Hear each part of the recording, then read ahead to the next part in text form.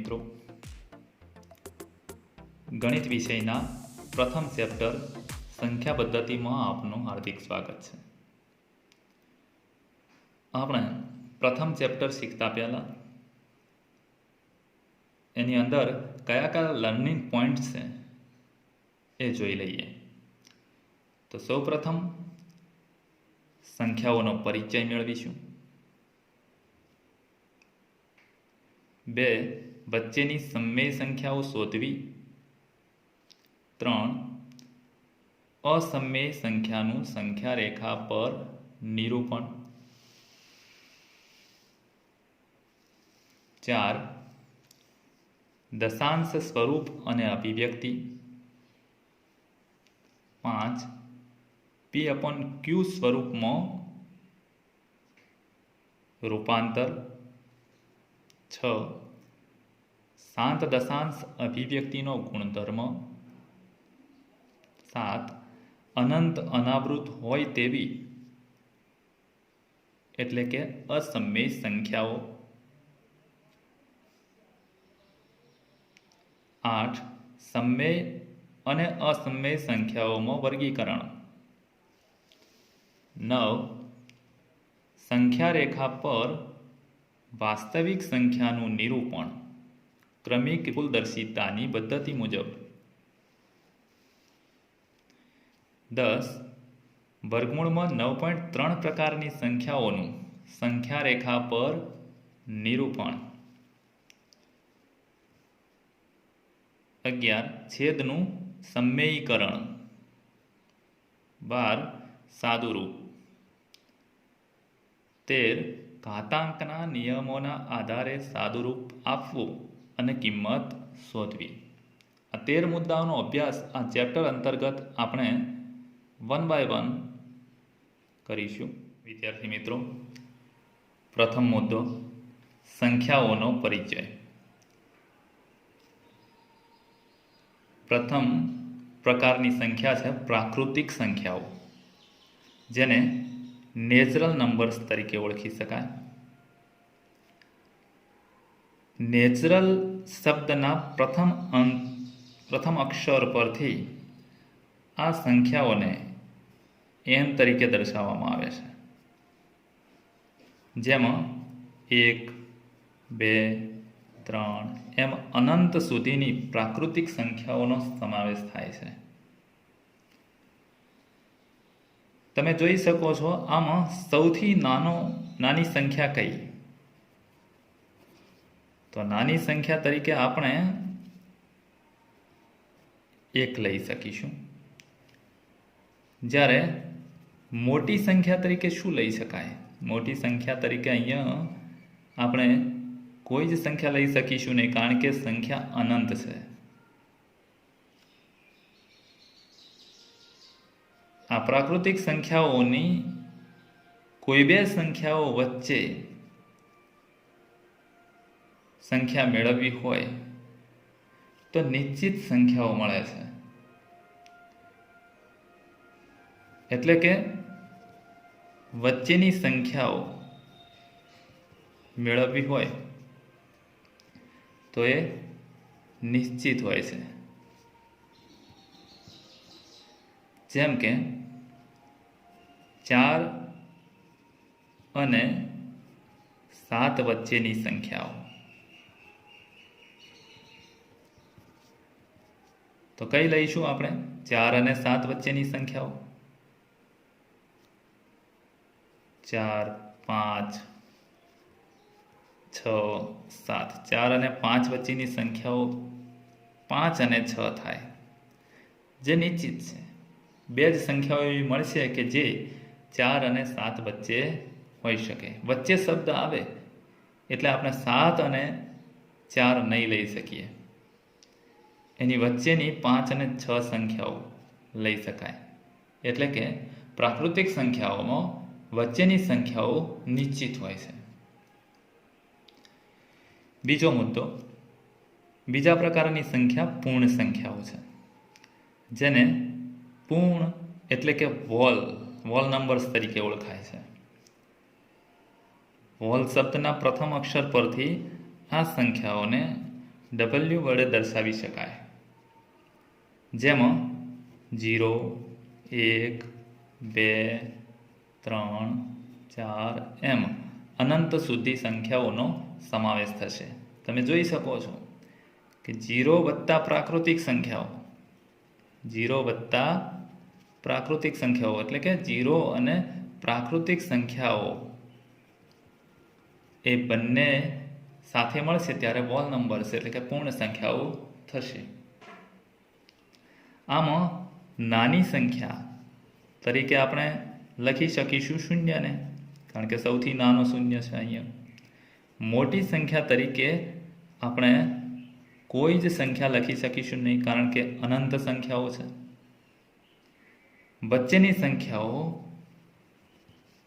તરીકે આપણે કોઈ પણ સંખ્યાઓ લેવી હોય તો કોઈ બે સંખ્યાઓની વચ્ચેની સંખ્યાઓ શોધવી હોય તો એ નિશ્ચિત મળશે, નિશ્ચિત સંખ્યા હોય. જેમ કે 0 અને 4 વચ્ચેની સંખ્યાઓ કઈ હોઈ શકે? તો આપણને ખ્યાલ છે કે 0 અને 4 વચ્ચેની સંખ્યાઓ એટલે 1, 2 અને 3. આ 3 સંખ્યાઓ જ મળી શકે. 3 સિવાયની અન્ય કોઈ સંખ્યા 0 અને 4 વચ્ચેની સંખ્યા તરીકે મળી શકે નહીં. ત્રીજા પ્રકારની સંખ્યા પૂર્ણાંક સંખ્યાઓ, જેને ઇન્ટીજર્સ તરીકે ઓળખાય છે. પરંતુ અહીંયા પૂર્ણાંક સંખ્યાઓ માટે ઇન્ટીજર્સ શબ્દનો આઈ, પ્રથમ અક્ષર આઈ ઉપયોગ થતો નથી. તો પૂર્ણાંક સંખ્યાઓના સંકેત માટે જર્મન શબ્દ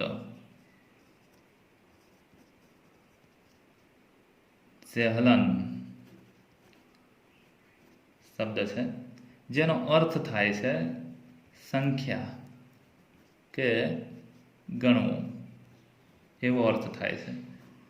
આ શબ્દના પ્રથમ અક્ષર પરથી પૂર્ણાંક સંખ્યાઓના સંકેત તરીકે ઝેડને લેવામાં આવ્યો છે.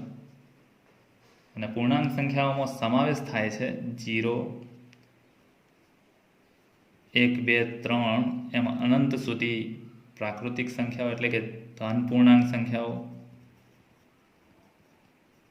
ધન પૂર્ણાંક સંખ્યાઓને પ્રાકૃતિક સંખ્યા તરીકે પણ આપણે ઓળખી શકીએ. 0 અને 0 થી નાની હોય તેવી ઋણ પૂર્ણાંક સંખ્યાઓ, -1, -2, -3 એમ અનંત સુધી. તો પૂર્ણાંક સંખ્યાઓ 3 પ્રકારની સંખ્યાઓના સમાવેશથી બનેલી છે. ઋણ પૂર્ણાંક સંખ્યાઓ, 0 અને ધન પૂર્ણાંક સંખ્યાઓ. જેમ આપણે જમણી તરફ જઈશું એમ સંખ્યા મોટી થતી જશે. એટલે કે ઋણ 3 થી ઋણ 2 મોટી, ઋણ 2 થી ઋણ 1 મોટી, ઋણ 1 થી 0 મોટી, 0 થી 1 મોટી, 1 થી 2 એમ જમણી તરફ જતા સંખ્યા મોટી થતી જશે. તો આમાં આપણે નાની સંખ્યા તરીકે જો કોઈ સંખ્યા લખવી હોય તો આપણે લખી શકતા નથી, કારણ કે નાની સંખ્યા તરફ અનંત સંખ્યાઓ વિસ્તરેલી છે, માટે કોઈ સંખ્યા લખી શકાય નહીં. એ જ પ્રમાણે મોટી સંખ્યા પણ લખી શકાતી નથી, કારણ કે મોટી સંખ્યા તરફ પણ અનંત અંતર સુધી વિસ્તરેલી છે સંખ્યાઓ. તો આપણે નાની મોટી સંખ્યા પૂર્ણાંક સંખ્યાઓમાં નક્કી કરી શકતા નથી. એટલે કે નાની અને મોટી સંખ્યાનું અસ્તિત્વ નથી. વચ્ચેની સંખ્યા, વચ્ચેની સંખ્યા લખવી હોય તો એ વચ્ચેની સંખ્યા પ્રાકૃતિક અને પૂર્ણ સંખ્યાઓની જેમ નિશ્ચિત સંખ્યાઓ મળશે.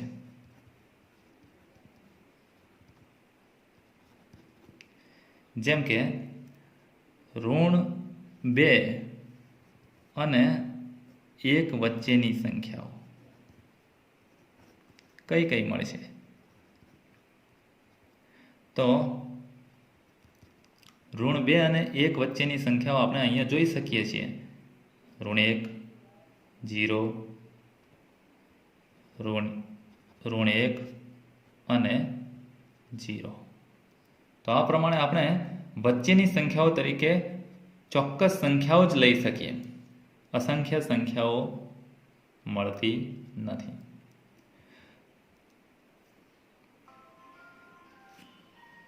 ચોથા પ્રકારની સંખ્યા સમય સંખ્યાઓ, જેને રેશનલ તરીકે ઓળખી શકાય.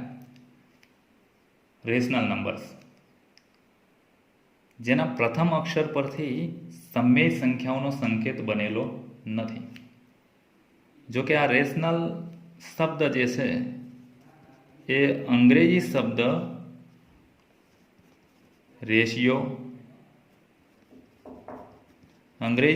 રેશિયો પરથી રેશનલ શબ્દ બનેલો છે. અને કોશન્ટ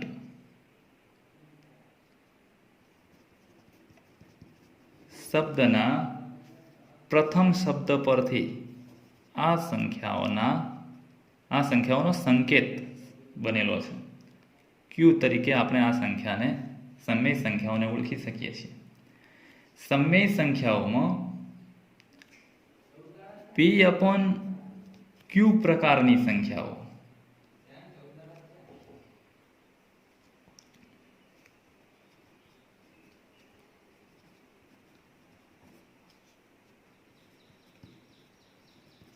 P/Q સ્વરૂપની સંખ્યાઓ, જેમાં Q નોટ ઇક્વલ ટુ 0, એટલે કે જે છેદમાં Q છે એ 0 ના હોઈ શકે. આ એક શરત. તો આ પ્રકારની બધી જ સંખ્યાઓ સમય સંખ્યાઓમાં સમાવેશ થશે. આ સંખ્યાઓમાં નાની સંખ્યા કે મોટી સંખ્યાનું અસ્તિત્વ નથી, કારણ કે અસંખ્ય સંખ્યાઓ મળે. સમય સંખ્યાઓ અસંખ્ય છે.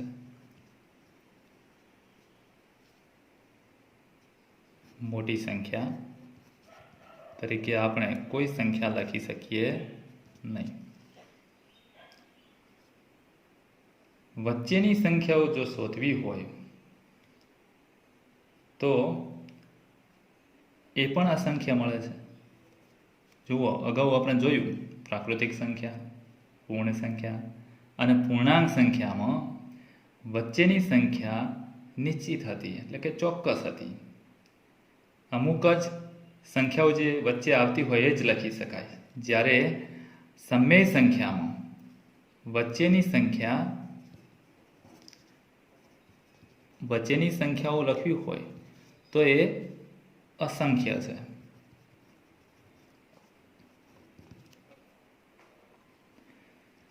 P/Q સ્વરૂપની સંખ્યાઓ મતલબ Pની સ્થાને આપણે કોઈ અંક લખીએ, 1 મૂકીએ, Qના સ્થાને 2 મૂકીએ તો આ સમય સંખ્યા બની. એ જ પ્રમાણે આપણે કોઈ ઋણ સંખ્યા પણ લખી શકીએ.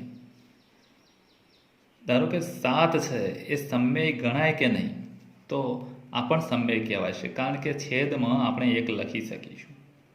તો પછી 0 ને સમય ગણાય કે નહીં, તો 0 પણ સમય સંખ્યા છે, કારણ કે એની નીચે છેદમાં આપણે 1 લખી શકીએ છીએ. માટે આ બધી જ સમય સંખ્યાઓ છે. 1/2 હોય, -8/5 એટલે કે ઋણ સંખ્યાઓ હોય, 7 કે કોઈ પણ પ્રકારની પ્રાકૃતિક સંખ્યા હોય, 0 હોય, તો આ બધી જ સમય સંખ્યાઓ છે. તો અહીંયા આપણે સમય સંખ્યાઓને સમજ્યા છીએ.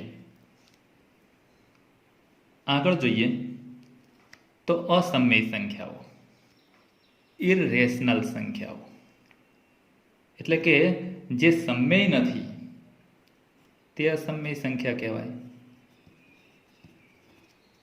સમય નથી તેવી સંખ્યાઓ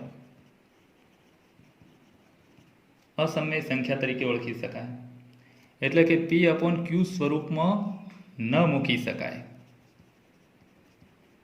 P/Q સ્વરૂપમાં મૂકી શકાય નહીં તેવી સંખ્યાઓ, જેમ કે કોઈ પણ વર્ગમૂળ નીકળી ન શકે એવી સંખ્યાઓ, કે પછી ઘનમૂળ નીકળી ન શકે,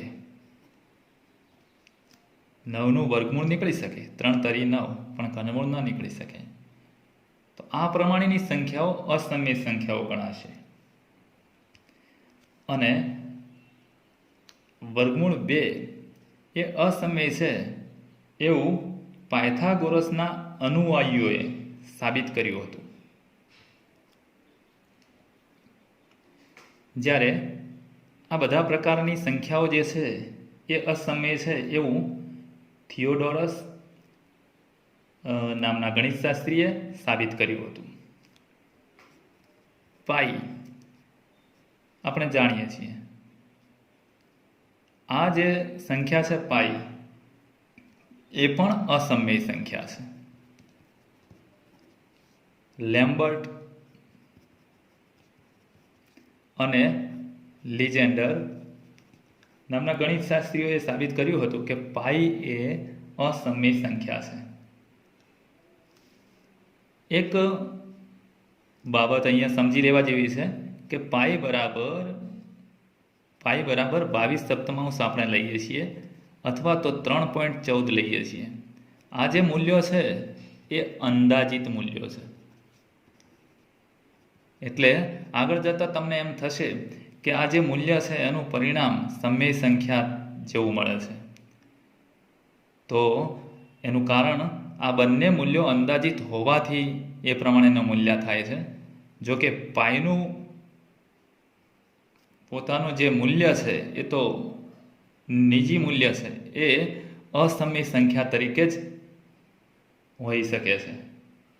અને આ પ્રમાણે પાઈ એ અસમય સંખ્યા છે લેમ્બર્ટ અને લિજેન્ડર નામના ગણિતશાસ્ત્રીએ સાબિત કર્યું હતું. અસમય સંખ્યાઓને જો આપણે લખવી હોય તો 0.010001 આ રીતે અલગ અલગ પ્રમાણેની સંખ્યાઓ લખીને આપણે લખી શકીએ છીએ. એટલે કે જે સંખ્યાઓનું આગળ દશાંશ ચિહ્ન પછી પુનરાવર્તન થતું ન હોય એવી સંખ્યાઓ અસમય સંખ્યાઓ ગણી શકાય.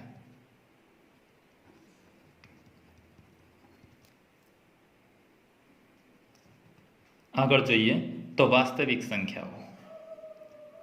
આ પ્રકારની સંખ્યાઓને રિયલ નંબર તરીકે ઓળખાય છે. તો વાસ્તવિક સંખ્યાઓમાં આગળની બધી જ સંખ્યાઓનો સમાવેશ થાય છે. બધી જ સંખ્યાઓનો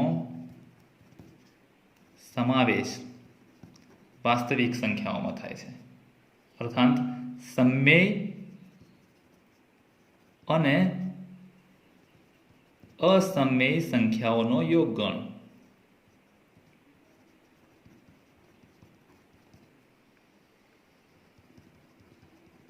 એટલે કે સમય સંખ્યાઓ અને અસમય સંખ્યાઓ બંને પ્રકારની સંખ્યાઓ જ્યારે આપણે ભેગી કરીએ ત્યારે બધા જ પ્રકારની સંખ્યાઓ મળી જાય છે.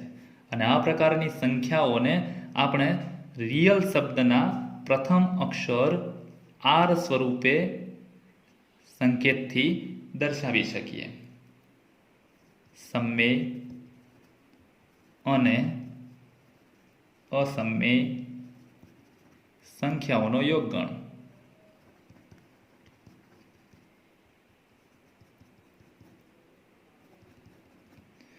તો રિયલ નંબર્સ એટલે કે વાસ્તવિક સંખ્યાઓ જેમાં બધા જ પ્રકારની સંખ્યાઓનો સમાવેશ થાય છે. વિદ્યાર્થી મિત્રો, આપણે પ્રાકૃતિક, પૂર્ણ, પૂર્ણાંક, સમય, અસમય અને વાસ્તવિક સંખ્યાઓ વિશે શીખ્યા. એન એટલે પ્રાકૃતિક સંખ્યાઓ, નેચરલ નંબર્સ, હોલ નંબર્સ એટલે પૂર્ણ સંખ્યા, ચેહલન પરથી ઝેડ સંકેત મળ્યો પૂર્ણાંક સંખ્યા માટેનો, કોશન્ટ ક્યુ પરથી સમમેય સંખ્યાઓ અને રિયલ નંબર્સ એટલે વાસ્તવિક સંખ્યાઓ. અહીંયા જોઈ શકાય છે એન એ ડબલ્યુનો ઉપગણ છે, ડબલ્યુ એ ઝેડનો ઉપગણ છે, ઝેડ એ ક્યુનો ઉપગણ છે, ક્યુ એ આરનો ઉપગણ છે. મતલબ એનના બધા જ સભ્યોનો બધા જ પ્રકારની સંખ્યાઓ એટલે કે એનની બધી જ સંખ્યાઓનો સમાવેશ ડબલ્યુમાં થાય છે, ડબલ્યુની બધી જ સંખ્યાઓનો સમાવેશ ઝેડમાં થાય છે, ઝેડની બધી જ સંખ્યાઓનો સમાવેશ ક્યુમાં અને ક્યુના બધી જ સંખ્યાઓનો સમાવેશ આરમાં થાય છે. તો આ બાબતને આપણે ધ્યાનમાં રાખી અને નીચેના વિધાનો સત્ય છે કે અસત્ય એ ચકાસીશું. પ્રથમ વિધાન છે દરેક પૂર્ણ સંખ્યા પ્રાકૃતિક સંખ્યા છે. દરેક પૂર્ણ સંખ્યા તરીકે તમે 0 થી અનંત સંખ્યા સુધી લઈ શકો. એ પ્રાકૃતિક સંખ્યા છે. શું આ વિધાન સત્ય છે? તો ના, કારણ કે શૂન્ય એ પ્રાકૃતિક સંખ્યા ગણી શકાય નહીં. તો જે શૂન્ય છે આમાં આવી શકતું નથી. તમે જોઈ શકો છો કે પ્રાકૃતિક સંખ્યાઓ બધી જ સંખ્યાઓ પ્રાકૃતિક સંખ્યાઓ છે, પૂર્ણ સંખ્યા કહી શકાશે, આમ જતાં કહી શકાશે. પરંતુ પૂર્ણ સંખ્યાઓની બધી જ સંખ્યાઓ જે છે એ પ્રાકૃતિક સંખ્યા નહીં કહી શકાય, કારણ કે 0 આમાં આવે છે જે પ્રાકૃતિક નથી. તો જમણી બાજુ તરફ જતાં તમે કહી શકશો, જ્યારે ડાબી તરફ જોતાં નહીં કહી શકાય. તો આ વિધાન જોઈ શકાય છે કે 0 એ પ્રાકૃતિક સંખ્યામાં આવતો નથી. માટે આ વિધાન દરેક પૂર્ણ સંખ્યા એ પ્રાકૃતિક સંખ્યા છે એ અસત્ય છે. બીજું વિધાન જોઈએ. દરેક પૂર્ણાંક એ સમમેય સંખ્યા છે. પૂર્ણાંક સંખ્યા માટેનો સંકેત છે ઝેડ. એ સમમેય સંખ્યા છે. સમમેય સંખ્યાનો સંકેત છે ક્યુ. તો અહીંયા લખ્યું છે કે દરેક પૂર્ણાંક એ સમમેય સંખ્યા છે. તો દરેક પૂર્ણાંક એ સમમેય સંખ્યા હોઈ શકે ખરી? તો હા, કારણ કે પૂર્ણાંક સંખ્યાઓમાં 0 મળશે, ધન પૂર્ણાંક સંખ્યાઓ મળશે અને ઋણ પૂર્ણાંક સંખ્યાઓ પણ મળશે. આ બધી જ સંખ્યાઓ સમમેય સંખ્યાઓમાં સમાવેશ થાય છે. માટે આ વિધાન સત્ય છે. જમણી તરફ જવાથી સત્ય બનશે. ત્રીજું વિધાન જોઈએ. દરેક સમમેય એ પૂર્ણાંક છે. તો સમમેય એટલે ક્યુ અને પૂર્ણાંક એટલે ઝેડ.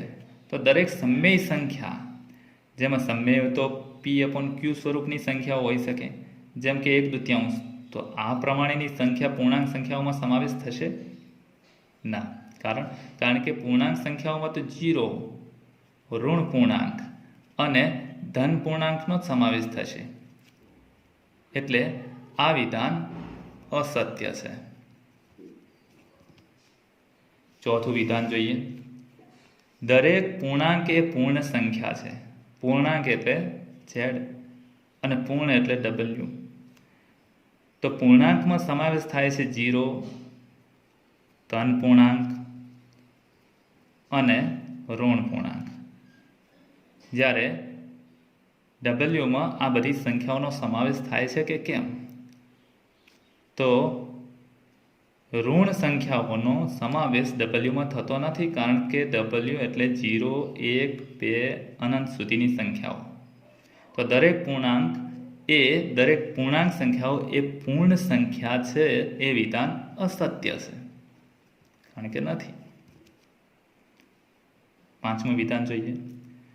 દરેક પ્રાકૃતિક સંખ્યા એ પૂર્ણ સંખ્યા છે. પ્રાકૃતિક સંખ્યા એટલે n, જેમાં 1, 2, 3 એમ અનંત સંખ્યાઓનો સમાવેશ થશે. જ્યારે પૂર્ણ સંખ્યા એટલે W, જેમાં 0, 1, 2, 3 એ પ્રમાણેની સંખ્યાઓનો સમાવેશ થશે. તો દરેક પ્રાકૃતિક સંખ્યાઓનો સમાવેશ એટલે કે દરેક પ્રાકૃતિક સંખ્યાઓનો સમાવેશ પૂર્ણ સંખ્યાઓમાં થાય છે. એટલે કે દરેક પ્રાકૃતિક સંખ્યા એ પૂર્ણ સંખ્યા છે. તો છે વિધાન સત્ય છે. છઠ્ઠું વિધાન જોઈએ. દરેક અસમય સંખ્યા એટલે P/Q સ્વરૂપમાં જે સમાવેશ થતો નથી, પરંતુ વર્ગમૂળ જેનું નથી નીકળતું, જેનું ઘનમૂળ નથી નીકળતું, જે સંખ્યા પાય છે, આ બધી પ્રકારની જે સંખ્યાઓ છે અસમય સંખ્યા તરીકે આપણે સમજીએ છીએ. એ વાસ્તવિક સંખ્યા છે. તો વાસ્તવિક સંખ્યા એટલે R, જેમાં બધા જ પ્રકારની સંખ્યાઓનો સમાવેશ થાય છે. બધા જ પ્રકારની સંખ્યાઓ મળીને વાસ્તવિક સંખ્યા બને છે. એટલે આ બધી જ સંખ્યાઓ સમય હોય કે અસમય હોય, એ બધી જ સંખ્યાઓ વાસ્તવિક સંખ્યા છે. માટે આ વિધાન સાચું છે. તો વિધાન સત્ય છે. સાતમું વિધાન જોઈએ.